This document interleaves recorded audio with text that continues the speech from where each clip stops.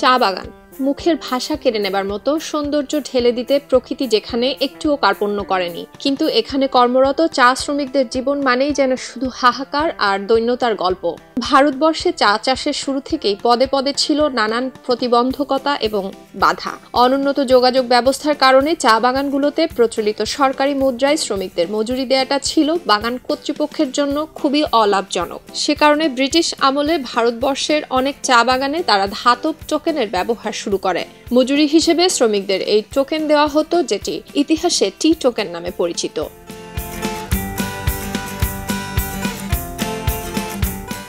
একসময় এই টি টোকেন সিলেটের চা বাগানগুলোতেও প্রচলিত ছিল। তামা, দস্তা বা টিন দিয়ে তৈরি হতো এই টোকেনগুলো। চন্দ্রাকৃতি, ত্রিভুজাকৃতি বা গোলাকার এই টোকেনের গায়ে ইংরেজিতে বাগানের নাম খোদাই করে লেখা থাকতো। সাধারণত রোমান হরফে লেখা হতো মুদ্রামান 1 আনা, 4 আনা অথবা 8 আনা।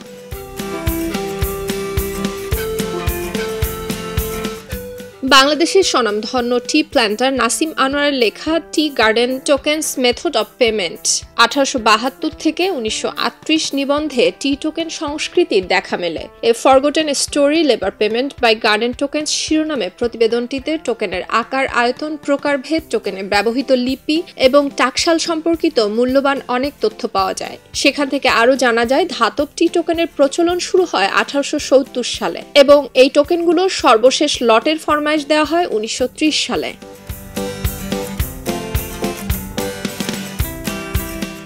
সিলেটের লুয়ানি, উচাইল, রবি, শমশেরনগর, চাঁদপুর এবং মুনুবাগানে টি টোকেনের প্রচলন নিশ্চিত হয়ে গেছে। এই টোকেনগুলোর এজেন্ট অক্টোভিয়াস স্টিল অ্যান্ড কোং মোট 28টি বাগানে এসব টোকেন সরবরাহ করত।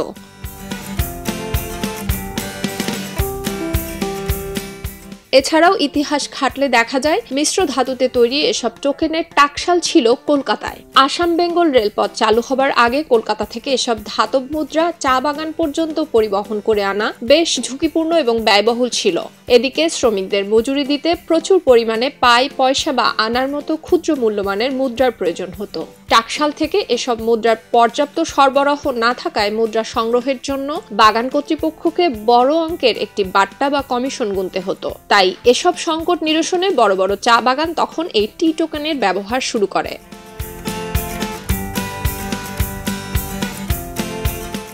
টোকেন পদ্ধতি চালুর পেছনে আরও একটি অন্তর্নিহিত কারণ ছিল।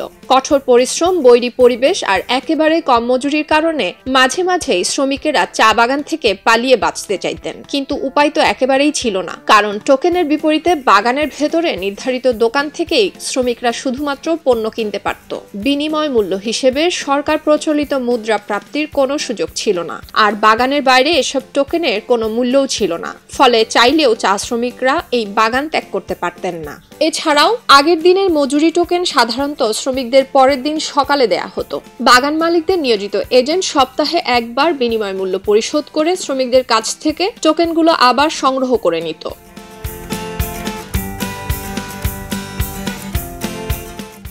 এই টোকেন প্রথা টিকে ছিল 1950 সাল পর্যন্ত।